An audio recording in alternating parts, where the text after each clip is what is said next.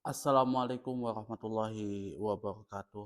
Innal hamdalillahi nahmaduhu wa nasta'inuhu wa nastaghfiruh wa na'udzubillahi min syururi anfusina wa min sayyiati a'malina may yahdihillahu fala mudilla lahu wa may yudlilhu fala hadiyalah. Asyhadu an la ilaha illallah wahdahu la syarikalah wa asyhadu anna Muhammadan abduhu wa rasuluh. Allahumma shalli ala sayyidina Muhammad wa ala ali sayyidina Muhammad kama shallaita ala sayyidina Ibrahim wa ala ali sayyidina Ibrahim wa barik ala sayyidina Muhammad wa ala ali sayyidina Muhammad kama barakta ala sayyidina Ibrahim wa ala ali sayyidina Ibrahim fil alamin innaka Hamidum Majid. Rabbi shrah li sadri wa yassir li amri wahlul 'uqdatam min lisani yafqahu qawli amma ba'du. Hadirin hadirat jamaah kaum muslimin wal muslimat yang dirahmati oleh Allah Subhanahu wa taala. Mmm, Kali ini kita akan membahas hadis 484 sampai 485 ya, yang mana hadis ini, membahas tentang sholat khauf yang dilakukan oleh Rasulullah Shallallahu Alaihi Wasallam tanpa qashar. Ya, artinya ketika Rasulullah Shallallahu Alaihi Wasallam mengerjakan sholat 4 rakaat, kayak misalkan sholat zuhur atau asar. Nah, bagaimana cara Rasulullah Shallallahu Alaihi Wasallam melaksanakan sholat khauf tanpa dikosor ya. Dan ini nanti akan kita bahas melalui hadis yang diutarakan oleh Al Imam Nasai melalui sahabat Rasulullah Shallallahu Alaihi Wasallam yaitu Jabir radhiyallahu anhu. Walin Nasa'i min wajin akhar an Jabirin radhiyallahu anhu annan nabiyya sallallahu alaihi wasallam bi taifatin min ashabihi raq'ataini summa shalla bi akhirina raq'ataini summa sallama wa misluhu li Abi Dawud an Abi Bakrah walin Nasa'i dan menurut Imam Nasa'i hadis yang diutarakan oleh Al-Imam Nasai min wajhin akhar dari jalur yang lain an Jabirin dari melalui Jabir radhiyallahu anhu semoga Allah meridhoi atas beliau annan nabiyya sesungguhnya Nabi sallallahu alaihi wasallam salat bitaifatin dengan segolongan min ashabihi dari sahabatnya rakaataini 2 rakaat summa sholla bi akhirina rakaataini. Kemudian Rasulullah Shallallahu Alaihi Wasallam sholat dengan sekelompok yang lainnya 2 rakaat. Summa salama. Kemudian Rasulullah Shallallahu Alaihi Wasallam salam. Wa misluhu dan adapun hadis yang semisal li Abu Dawud disebutkan oleh Imam Abu Dawud an Abi Bakrah dari Abu Bakrah. Ya.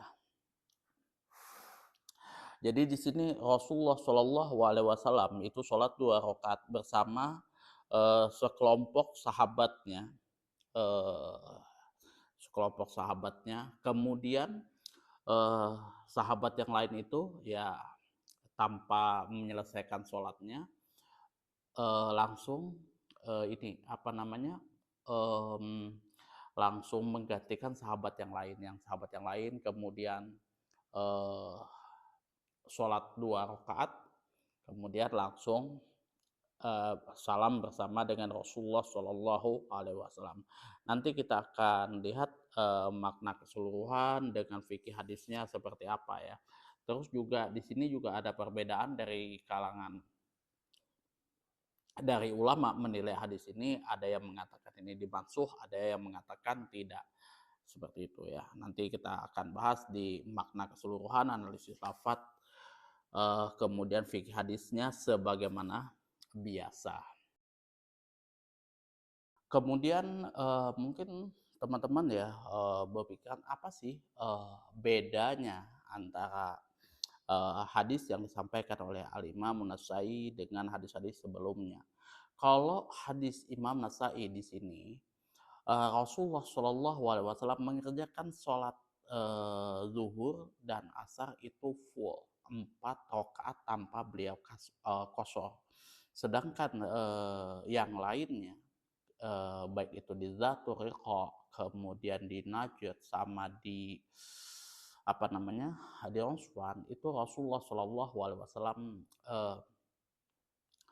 melaksanakan sholat khauf itu di qashar, artinya cuma 2 rakaat. Nanti juga ada yang hadis yang menyampaikan bahwasanya Rasulullah Shallallahu Alaihi Wasallam mengerjakannya cuma 1 rakaat ya. Itu nanti kita bahas gitu ya. Oke, makna keseluruhannya adalah apa yang disebutkan di dalam hadis ini merupakan cara keempat sholat khauf. Cara ini mempunyai keistimewaan sendiri, mengingat Nabi Shallallahu Alaihi Wasallam melakukannya secara sempurna, yang beliau bagikan kepada kedua golongan pasukan kaum muslimin, sedangkan musuh eh, tidak berada di arah kiblat. Ya. Jadi di sini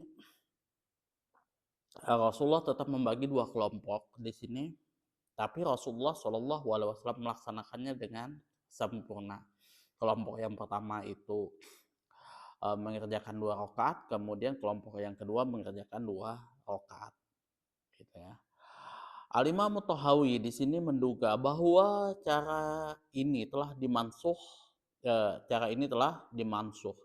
Ia mengatakan demikian karena berlandaskan kepada kaidah mazhabnya yang mengatakan bahwa orang yang sholat fardu tidak boleh bermakmum kepada orang yang sedang sholat. Tapi ulama yang lain mengatakan bahwa tidak ada dalil yang memansuhkan daripada hadis ini. Ya. Jadi kalau Imam Thahawi ya mengatakan bahwasanya ini dimansuh kayak gitu. Karena ya kaidah madhabnya mengatakan bahwasanya sholat fardu itu tidak boleh bermakmum kepada orang yang sedang sholat. Tapi ulama yang lain mengatakan tidak ada dalil yang memansuhkannya. Nah, kemudian nanti kita akan lihat di analisis lafadznya, kemudian sama fikih hadis. Kemudian di sini analisis lafadznya adalah hawa min nasai walin nasai min wajin akhar. Di sini menurut Imam Nasai bukan dari jalur yang ditengahkan oleh Imam Muslim. Sholat bi ta'ifati min ashabihi raq'ataini summa salama summa sholat bi akharina raq'ataini summa salama. Makna yang dimaksud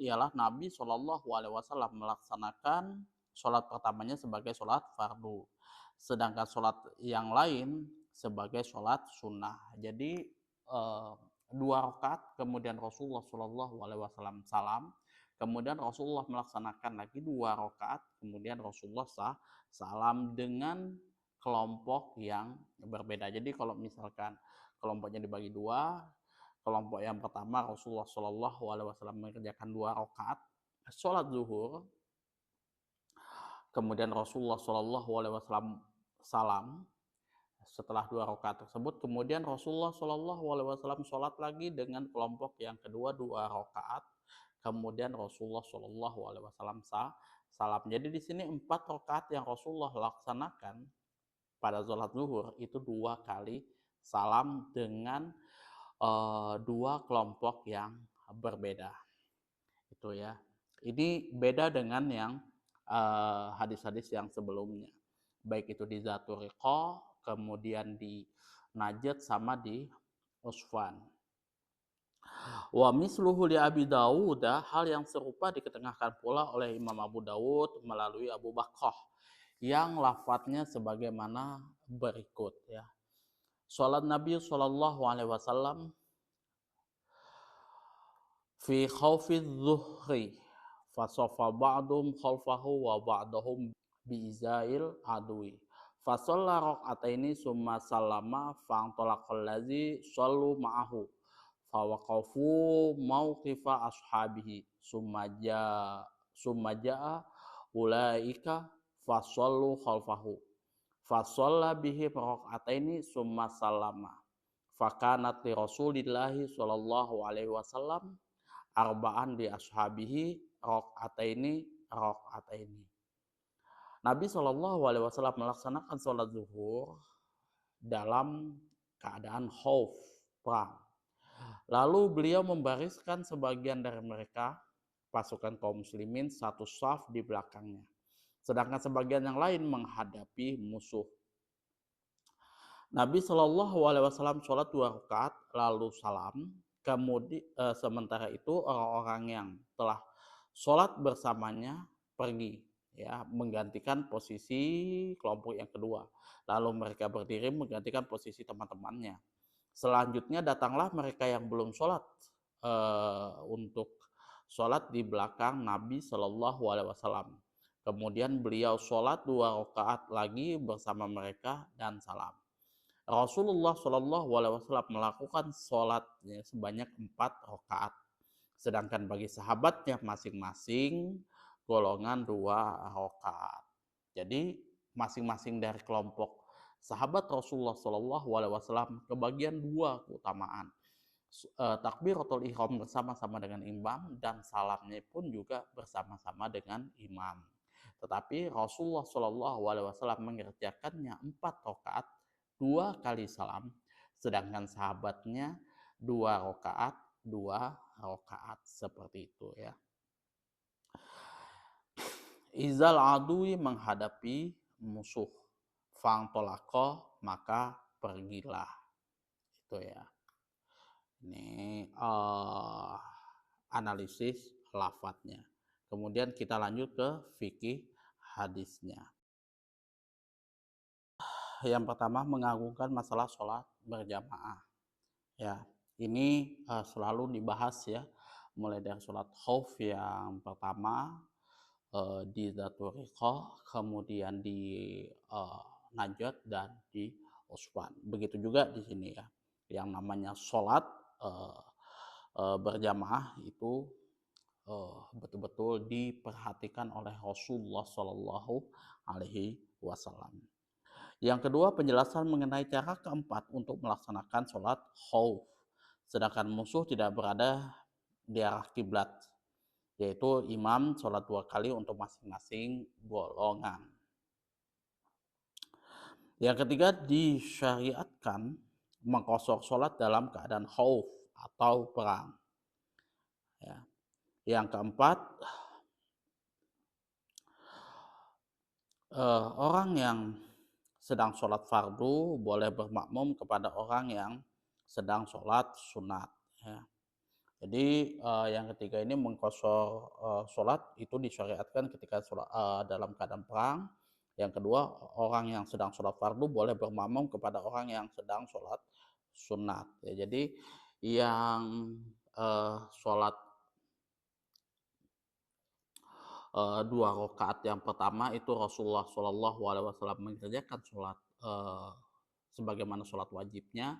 Kemudian Rasulullah Shallallahu Alaihi Wasallam mengerjakan 2 rakaat lagi, itu sholat sunnahnya, hitungannya sholat sunnah bukan sholat fardu, karena kalau sholat fardu itu nggak bisa dikerjakan 2 sekaligus secara bersamaan. Dan menurut mazhab ini tadi, mazhabnya At-Tahawi itu bahwasanya kalau misalkan sholat wajib itu dilaksanakan 2 kali, artinya itu sudah tidak bisa sebenarnya. Dan kita pun juga tidak bisa bermakmum atau apa ya, tidak boleh bermakmum kepada orang yang sedang melaksanakan sholat sunnah. Itu berdasarkan pandangan mazhab yang lain. Kemudian mungkin teman-teman ada yang bertanya, kalau misalnya kita bermazhab Syafi'i, boleh nggak kita mengambil tata cara sholat khauf daripada mazhab lain, kayak contohnya mazhab Abu Hanifah atau mazhab ashab yang lain yang ada di dalam kitab hadis Muslim, kemudian Abu Daud dan Nasai sebagainya. Itu tidak ada masalah. Di dalam kitab Al-Mughni karangan saya lupa lagi pengarangnya siapa itu. Nah, beliau tidak membatasi di mazhabnya itu, tidak membatasi bahwasanya kayak mazhab Hambali itu ya, misalkan dia mengambil 3 metode yang diambil dalam 5 mazhabnya, itu dia tidak batasi, boleh saja yang lain mengambil hadis-hadis yang lain. Begitu juga kalau menurut saya Imam Syafi'i. Imam Syafi'i mengambil 3 metode yang diajarkan oleh Rasulullah Shallallahu Alaihi Wasallam. Tapi misalkan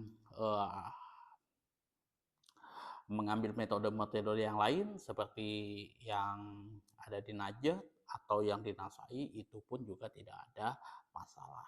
Tergantung dari kondisi keadaan yang teman-teman alami di lapangan. Kalau misalkan musuh berada di arah kiblat, berarti kita ya posisi sholatnya seperti apa, sholat khauf metode yang seperti apa yang kita laksanakan gitu. Jadi kenapa Rasulullah Shallallahu Alaihi Wasallam mencontohkan kepada kita itu sampai 16 tata cara itu ya, yang sudah direkam oleh para ulama hadis di situ, karena ya ini bisa kita apa ya kita amalkan dalam berbagai macam kondisi yang dihadapi oleh teman-teman di lapangan. Jadi tidak saklek harus misalkan metode Imam Syafi'i yang ada di Usfan atau yang ada di Batu Nakhl atau yang ada di Zatul Riqa. Mesti harus di situ, keluar daripada itu nggak boleh, nggak bisa juga.